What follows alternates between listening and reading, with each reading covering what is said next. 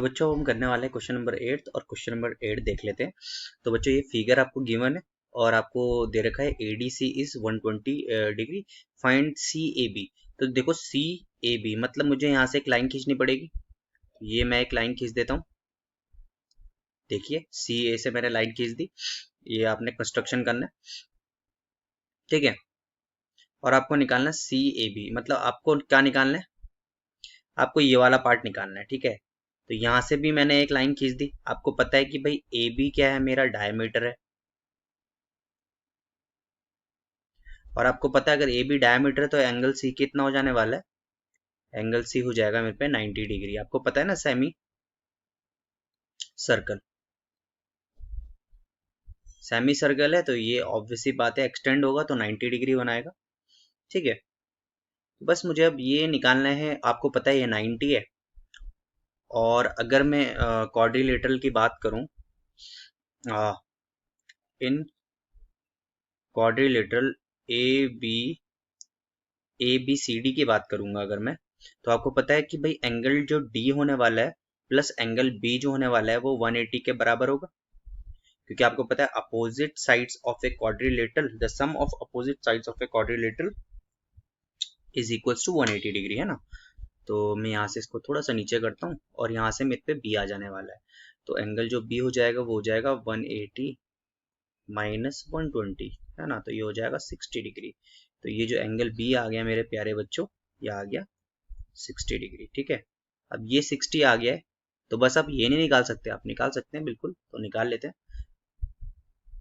In triangle ABC, ABC A angle A plus angle B plus angle C equals to 180 degree.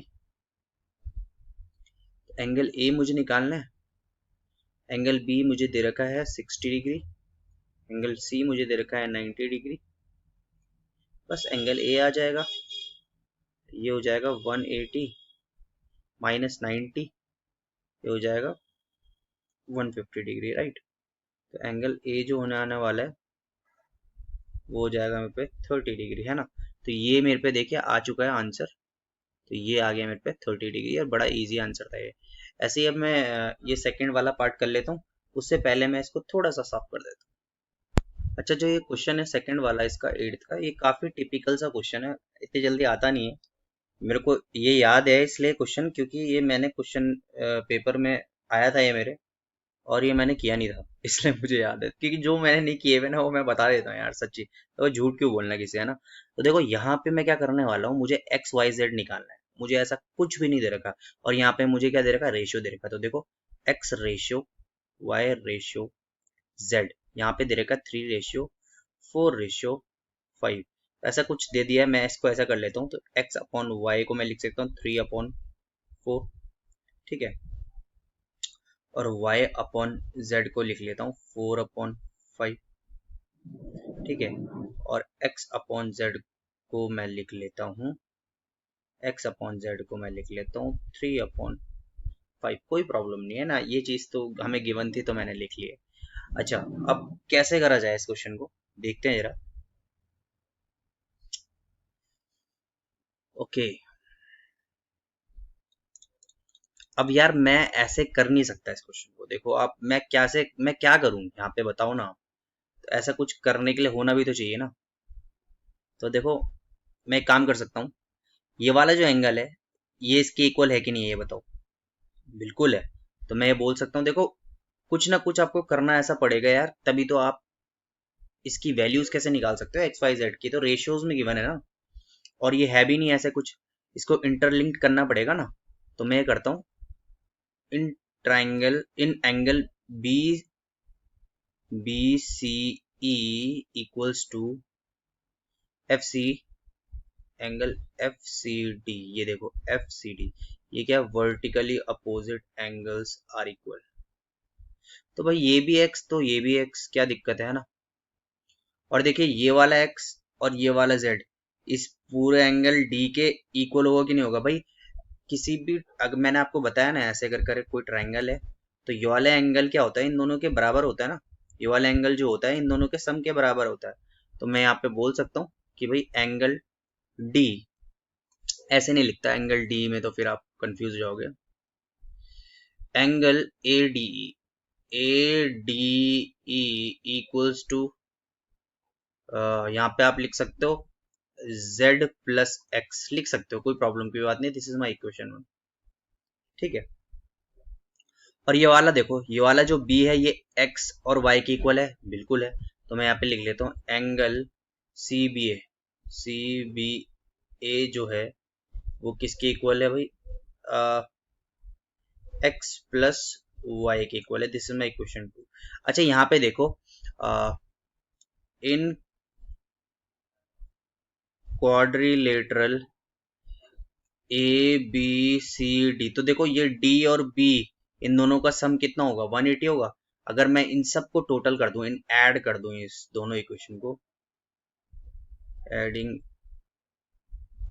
First and second, तो देखो यहाँ पे क्या हो जाएगा, इन दोनों को अगर मैं ऐड करता हूँ तो इन दोनों का angle D plus angle B को मैं लिख सकता हूँ 180 डिग्री। तो मैं इसके डायरेक्ट इन दोनों को ऐड करके 180 लिख सकता हूँ। तो ये हो जाएगा 2x plus z plus Y. अच्छा यहाँ पे ये मेरी इक्वेशन कुछ आ चुकी है। अब यहाँ पे देखो ये तो आ गया, अब मैं कुछ कर सकता हूँ क्योंकि मेरे पे यहाँ पे रेशियोज भी गिवन है, तो मैं देखता हूँ कुछ क्या करा जाए रेशियोज पे, है ना। तो मैं इसको थोड़ा सा नीचे ले आता हूँ। तो बच्चों देखो यहाँ पे मैंने लिख लिया है जो हमें रेशियो गिवन थे, है ना। ये देखो एक तो ये है, एक ये है, एक ये है। तो मुझे देखो किसको रखना है। तो देखो यहाँ पे x है, यहाँ पे y है, यहाँ पे z है, ठीक है। तो अगर मैं इस वाली इक्वेशन को लेता हूँ तो देखो यहाँ पे मैं क्या कर सकता हूँ, x इक्वल्स टू 3/4 y लिख सकता हूँ, ठीक है।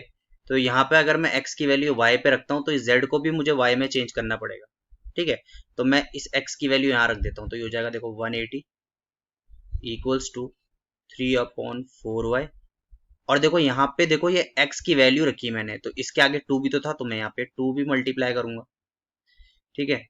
बहुत अच्छे से देखना है आपको, ये x की वैल्यू ये है तो मैंने यहाँ पे x की वैल्यू पुट कर दी 3/4y प्लस, अब z की जगह पे भी मैं ऐसा कुछ करूँ कि y आ जाए।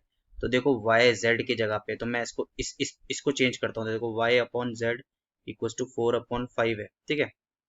तो मुझे y लाना है कुछ करके, तो मैं इसको इधर ले लेता हूँ। तो y क्या हो जाएगा मेरे बच्चों, ओ z लेकर आना है। तो z मैं क्या करता हूँ, इसको मैं इधर कर देता हूँ। तो ये हो जाएगा y इक्वल टू 4/5z। तो ये इधर जाएगा, ये नीचे आएगा, तो ये हो जाएगा 5y/4 इक्वल्स टू z। तो देखो z की वैल्यू क्या आ गई, 5y/4। तो इस z की जगह मैं लिख सकता हूँ 5y/4, ठीक है। 5y/4 z की जगह, और ये पे y, तो यहाँ पे y है ही। तो अब मेरे को इसको सॉल्व करना है सिर्फ, ठीक है। तो मैं ये अनवांटेड चीजें जो भी है वो हटा देता हूँ, और आपको लिख लेना, आप इसको राइट डाउन कर लेना, ठीक है।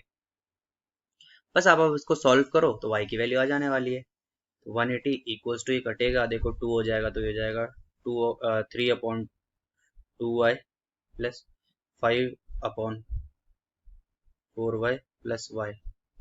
बस अब एलसीएम ले लो, है ना। तो यहाँ पे देखो 4 और 2 लिखा मैंने, तो यहाँ पे कितना आ जाएगा एलसीएम 4। तो हो जाएगा 2 3 6y प्लस 5y प्लस, ये हो जाएगा हम पे कितना 4y इक्वल्स टू 180, ठीक है। अब ये 4 इधर जाएगा, तो ये हो जाएगा 180 इंटू 4 इक्वल्स टू, ये हो जाएगा देखो 10 और 15y, ठीक है जी। देखो जरा कट रहा है, 5 3 15, 16 17 18, ठीक है। 5 6 7 8 और 5 6 30, और ये हो जाएगा 5 3 फिर ये कटेगा 3 1 3 2 ठीक है। तो y की जो वैल्यू आ गई है वो आ गई है 12 इंटू 4, 12 डिग्री। तो y हो जाएगा मेरे पे 4 2 8, 4 1 4, 48 डिग्री आ गई मेरी y की वैल्यू।